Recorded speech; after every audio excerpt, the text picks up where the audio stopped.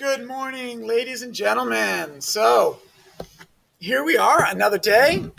We keep on keeping on. It is a Friday here today, but I'm not sure quite when you'll be watching this. Anyway, times are wild. Times are wild. We're going to finish up chapter 4. So, just kind of give us a quick rundown. So, all the guys have gone into town. Lenny's all by himself. Lenny goes into Crooks's room. He says, "I seen your light." And so he comes in, and we realize Lenny's just looking for a connection. He's all by himself, and so we might as well go see what's going on. Crooks initially is really mean to Lenny. And he's like, "What if George gets hurt? What if George doesn't come back?" And Lenny's like, "Why are you talking to me like this? What do you mean?" And Lenny gets really kind of angry, like, "Somebody's trying to hurt George. I'm going to protect George." And Crooks realizes, "Oh, crap. Here I am, this crooked back guy, and this monster of a man could just destroy me. Oh, I'm sorry. I didn't mean nothing. I'm sorry." And then Crooks says this very important line. He says, "I tell you, a guy gets too lonely and he gets sick." And what's interesting is we saw Crooks exhibit signs of this sickness because he got mean. All right, so these two guys are outcasts. They did not get included. Lenny, because of his mental capacity, Crooks because of the color of his skin, and then we're going to see that they are not the only outcasts. So let's go ahead and turn to page 74. We are down at the bottom. Candy's voice answered. "Slim went into town. Say, you seen Lenny?" "You mean the big guy?" "Yeah, seen him around any place?" "He's in here," Crooks said shortly. He went back to his bunk and lay down. Candy stood in the doorway, scratching his bald wrist and looking blindly into the lighted room. He made no attempt to enter. "Tell you what, Lenny, I've been figuring about them rabbits," Crooks said irritably. "You can come in if you want." Candy seemed embarrassed. "I don't know. Of course, if you want me to." "Come on in. If everybody's coming in, you might just as well." It was difficult for Crooks to conceal his pleasure with anger. Candy came in, but he was still embarrassed. "You got a nice cozy place in here," he said to Crooks. "Must be nice to have a room all to yourself this way." "Sure," said Crooks. "And a manure pile under the window. Sure, it's swell." Lenny broke in. "You said about them rabbits?" Candy leaned against the wall beside the broken collar while he scratched his wrist stump. "I've been here a long time," he said. "And Crook's been here a long time. This is the first time I've ever been in his room." Crooks said darkly, "Guys don't come in a colored man's room very much. Nobody been here but Slim. Slim and the boss." Candy quickly changed the subject. "Slim's a good skinner as I ever seen." Lenny leaned toward the old swamper. "About them rabbits," he insisted. Candy smiled. "I got it figured out. We can make some money on them rabbits if we go about it right." "But I get to tend them," Lenny broke in. "George says I get to tend them. He promised." Crooks interrupted brutally. "You guys just kidding yourself. You all talk about it a hell of a lot, but you won't get no land. You'll be a swamper here till they take you out in a box. Hell, I seen too many guys. Lenny here'll quit and be on the road in 2-3 weeks. Seems like every guy got land in his head." Candy rubbed his cheek angrily. "You goddamn right we're gonna do it. George says we are. We got the money right now." "Yeah," said Crooks. "And where's George now?" "In town, in a whorehouse. That's where your money's going. Jesus, I seen it happen too many times. I seen too many guys with land in their head that never get none under their hand." Candy cried. "Sure, they all want it. Everybody wants a little bit of land. Not much. Just something that was his. Something he could live on and there couldn't be nobody throw him off it? I never had none. I planted crops for damn near everybody in this state, but they wasn't my crops, and when I harvested them, it wasn't none of my harvest.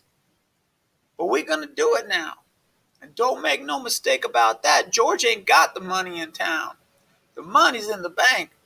Me and Lennie and George, we're gonna have a room to ourselves. We're gonna have a dog and rabbits and chickens. We're gonna have green corn, maybe a cow or a goat. He stopped, overwhelmed with his picture. Crooks asked, "You say you got the money?" "Damn right, we got most of it. Just a little bit more to get. Have it all in 1 month. George got the land all picked out too." Crooks reached around and explored his spine with his hand. "I never seen a guy really do it," he said. "I seen guys nearly crazy with loneliness for land, but every time a whorehouse or a blackjack game took what it takes." He hesitated. "If you guys would want a hand to work for nothing, just as keep, why, I'd come and lend a hand. I ain't so crippled I can't work like a son of a bitch if I want to." "Any of you boys seen Curley?"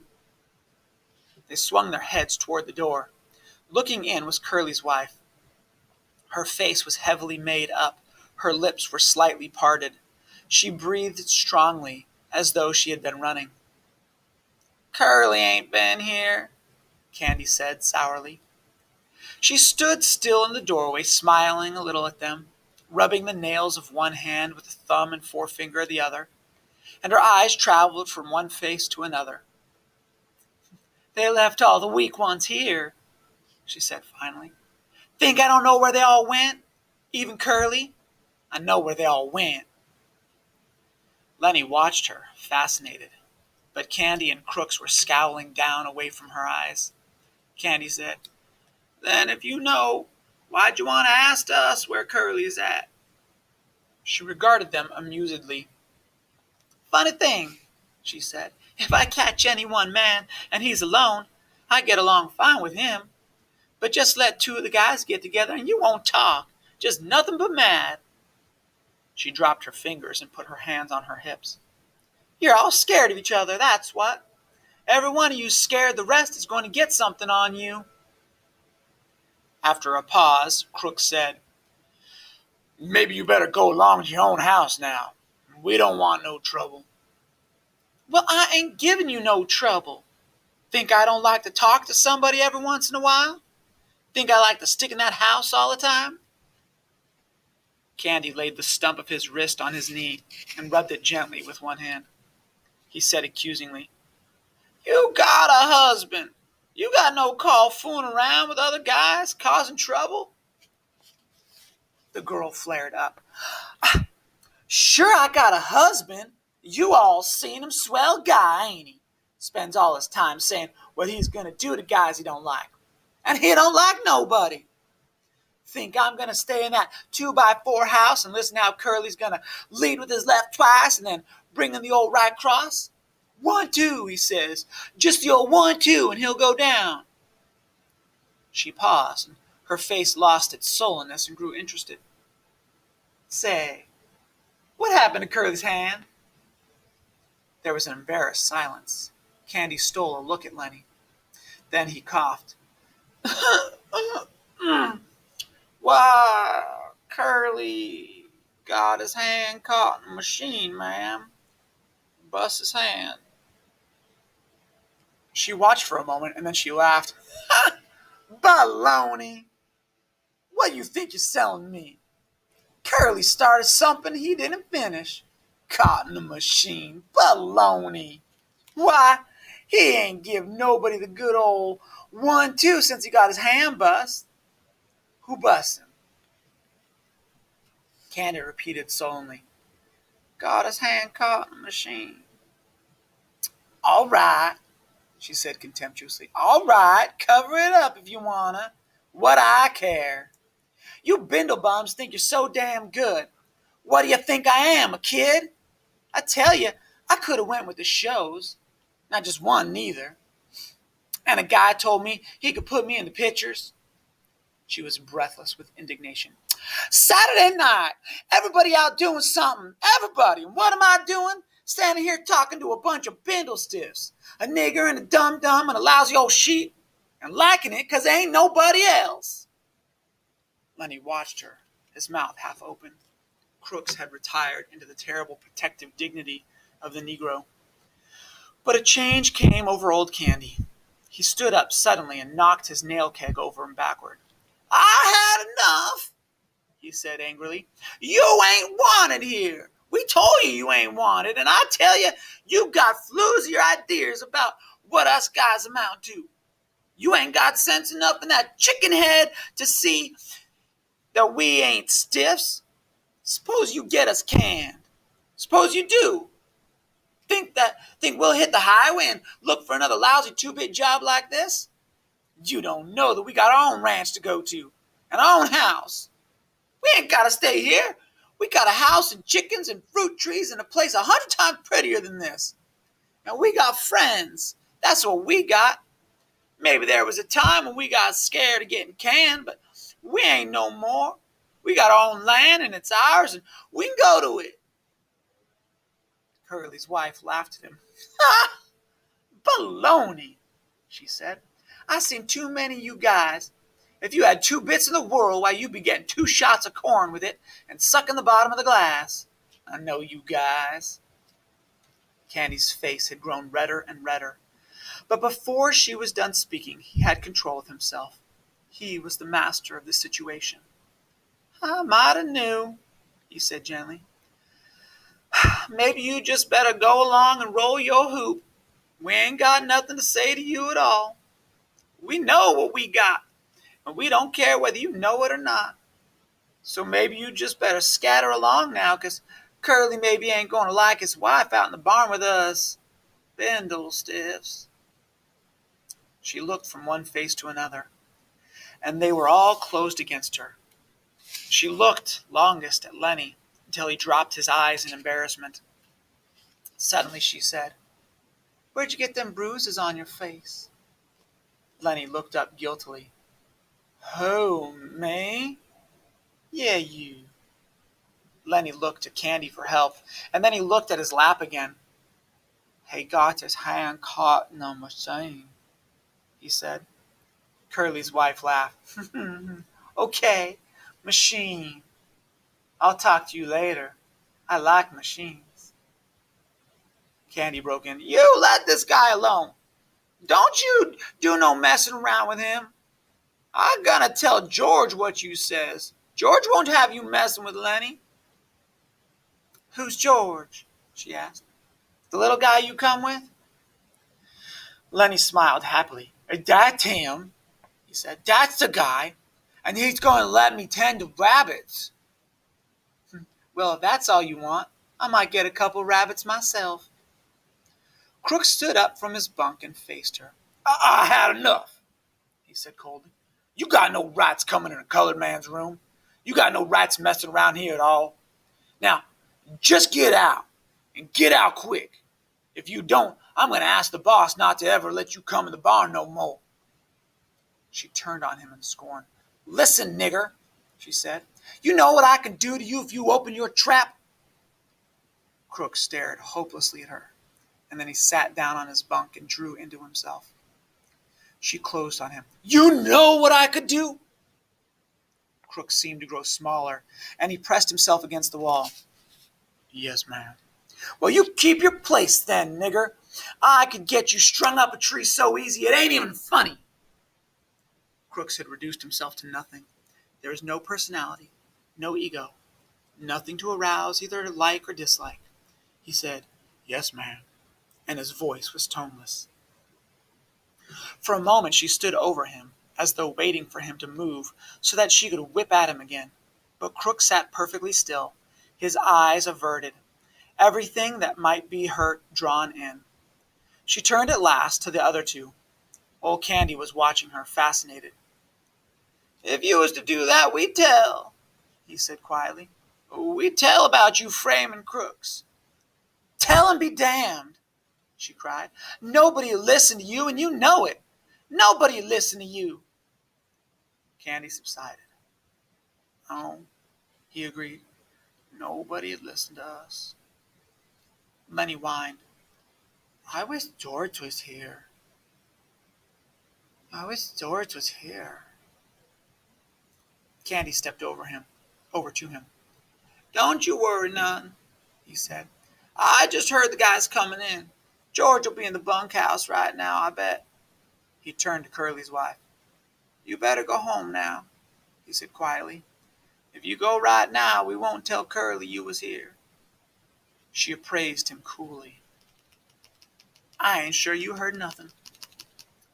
Better not take no chances, he said. If you ain't sure, you better take the safe way.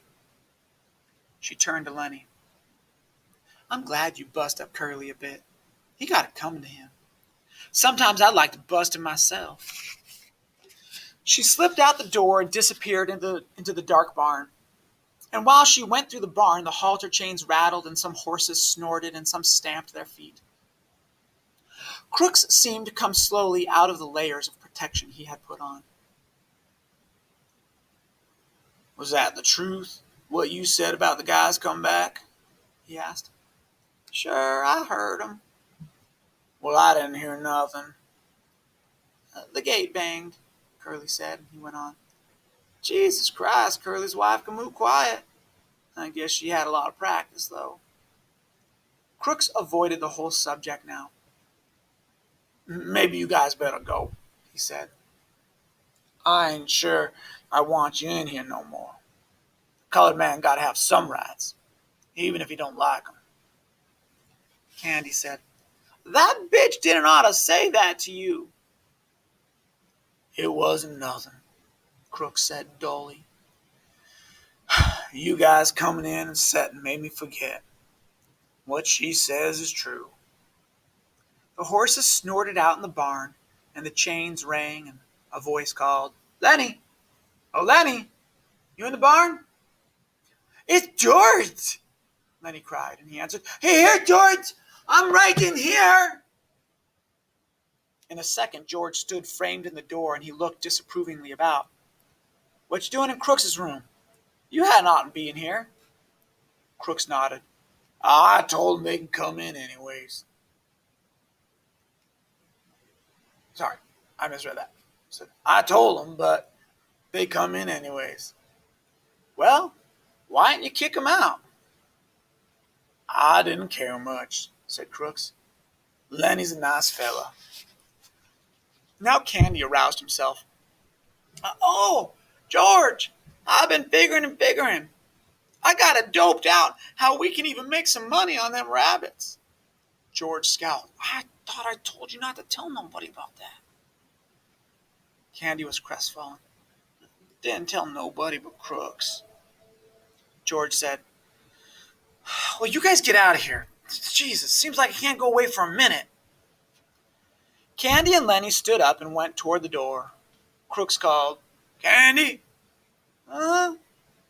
Remember what I said about the hoeing, doing our jobs? Yeah, said Candy, I remember.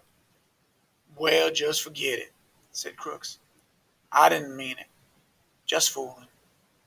I wouldn't want to go to no place like that. Well, okay. If you feel that way. Good night. The three men went out the door. As they went through the barn, the horses snorted and their halter chains rattled. Crooks sat on his bunk and looked at the door for a moment. And then he reached for a liniment bottle.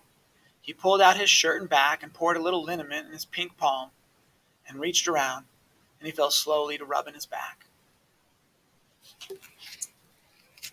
That's a tough chapter. It always makes me sad. So, as we can see here in this picture, we have Candy, the old man. We got Crooks, the Negro stable buck with a crooked back. We got Lenny over here, and we got Curly's wife who shows up. All right. Now, page 76, Crooks says, if you guys would want a hand to work for nothing just as keep, why, I'd come and lend a hand. What's interesting is that Crooks says very clearly, nobody gets to heaven and nobody gets no land. That's a dream, and it's a crazy dream, and it never comes true. And Candy says, well, it's always a dream. Everybody has that dream, but we're actually going to do it. We have the money, we have the place, we just need the time. And Crooks is like, well, wait a second. Can I come? Can I come in and join in on your dream? Because that's a great dream, and I would love to be a part of that. And so what I think is interesting is we really see this kind of shift in Crooks. Crooks first was so mean to Lennie. But then Crooks starts to change a little bit, and he starts to get drawn into this hope of a better life, drawn into this hope of a better living situation.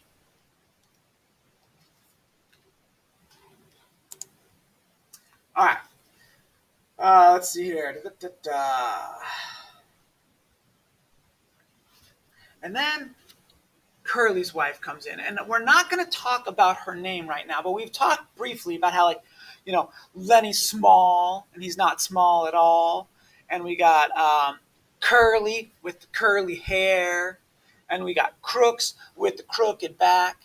So Steinbeck was having some fun with names here, but why couldn't he come up with a name for Curley's wife? I mean, he could have called her any number of female names, but she's just Curley's wife. Do you think Steinbeck forgot about a name for her? Like, why don't we ever get a name? We'll talk about that more later, but just think about that. All right, she comes in, and they're like, you better leave. You're going to cause us trouble. And she's like, I just came in here to talk. I'm not giving you any trouble. Think I don't like to talk to somebody every once in a while? She then goes on to talk about the relationship with her husband, Curley, who we know they've only been married a few weeks. Now think about this. Number one, we know where everybody is. Everybody went into town. And they went into town to a whorehouse. Okay? That's where they went. Here's this young woman whose husband has gone in to where all the prostitutes are. How do you think that makes her feel? A Saturday night, she's left home alone while her husband goes in to visit prostitutes. That would be absolutely horrible suckage, right? That'd be terrible. And so here she is kind of honestly laying things out and saying, I'm not giving you any trouble. I just want to talk to somebody. Whenever I talk to Curley, all he talks about is punching people. Give him the old 1, 2, 1, 2. She says, he says, right?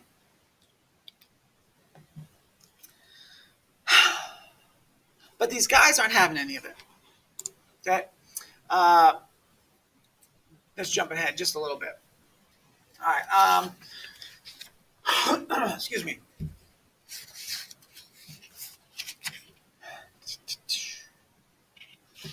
Page 79.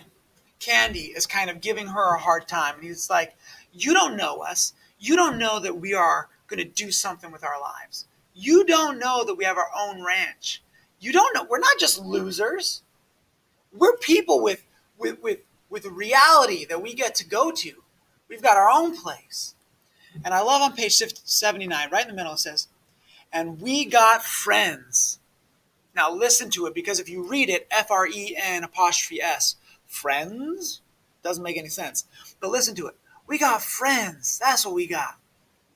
He's saying we have friends, right? FRIENDS. We have friends. So part of Candy's dream, part of Lennie's dream, part of George's dream, Lennie and George, they say from the beginning, I got you and you got me and we got each other to look after one another.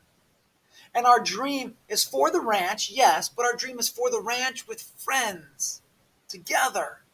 And now Candy's a part of that dream. I got a place to go with friends who care about me. And Crooks is like, hey, you think I could come along to that really nice place with friends? Where we could all be friends together and work and live? And here's Curley's wife saying, think I don't like to talk to somebody? Think I don't want a friend? Think about it. She's the only woman on the whole ranch. Who else does she have? All the guys are scared of her because they think that she's flirting with them and they're going to get in trouble and get fired. So she's an absolute outcast. And what happens to outcasts.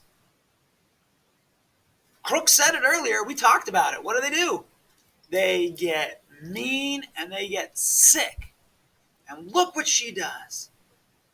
She starts ripping into these guys. She looks at Crooks and goes, "Do you know how easily I could get you hung up on a tree with a noose around your neck? I could get you killed so fast, I just have to whisper a word and you're dead." Now, what we're talking about here is the hierarchy. So think about this. We got Lenny, a mentally handicapped man. George would be on top of him. Curley and the boss, right? The boss would be at the top of the hierarchy. Curley right below George and Lenny. You remove all of these other people, your hierarchy disappears. Except that when you've got Crooks, well, he's a black man, so he would be the lowest, right? But everyone else is gone. So in terms of this hierarchy, where does Crooks fall? Well, suddenly, he is the most intelligent one. And then you got Lenny. And Candy might fall in here somewhere. Candy's a white man, but he's old and he's crippled. Crooks is black. He's a little bit crippled. Lenny, he's a white dude, but he's also mentally handicapped. So our hierarchy is really kind of flipped a little bit. And then we got Curly's wife coming in. Normally, as the woman, she would be kind of low on the hierarchy as well. But now she's the only authority figure because she's connected to Curly, because she's connected to the boss, right?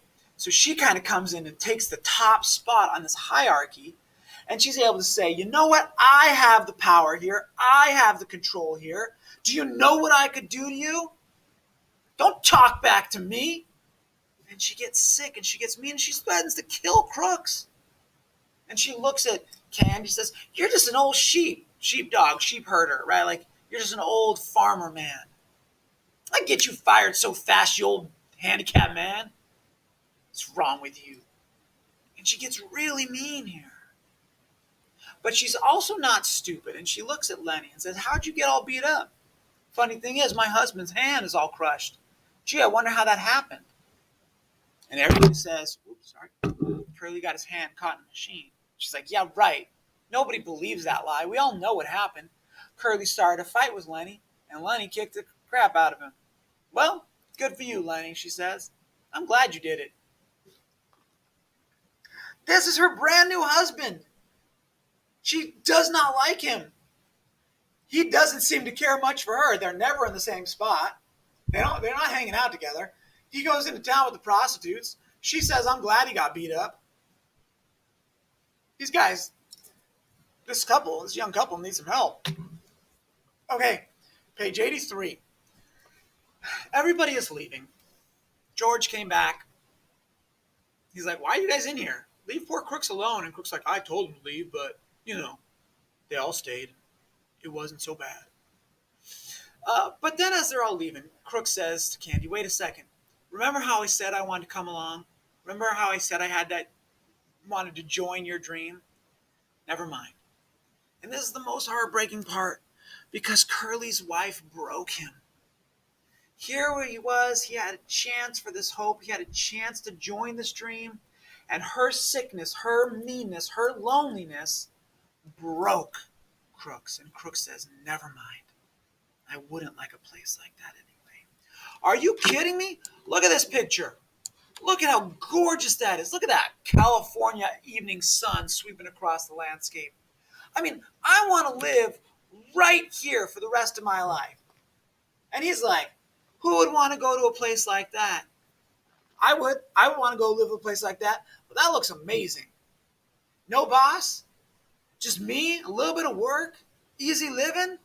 Oh, that sounds like the dream right there. Her loneliness, her meanness, her sickness broke Crooks. Don't forget, Crooks also was lonely and mean, and he was attacking Lenny. But then he got drawn into the dream, the hope of friendship, the hope of connection. But then that too got broken. So much going on here. This is such a good chapter. I could just go on and on about this. That's going to lead us right into chapter 5 and 6. Only 2 chapters left. Thank you for your attention, ladies and gentlemen. I hope you are enjoying the story. We will catch up another time. Bye for now. Maybe. Really, sincerely. Bye for now.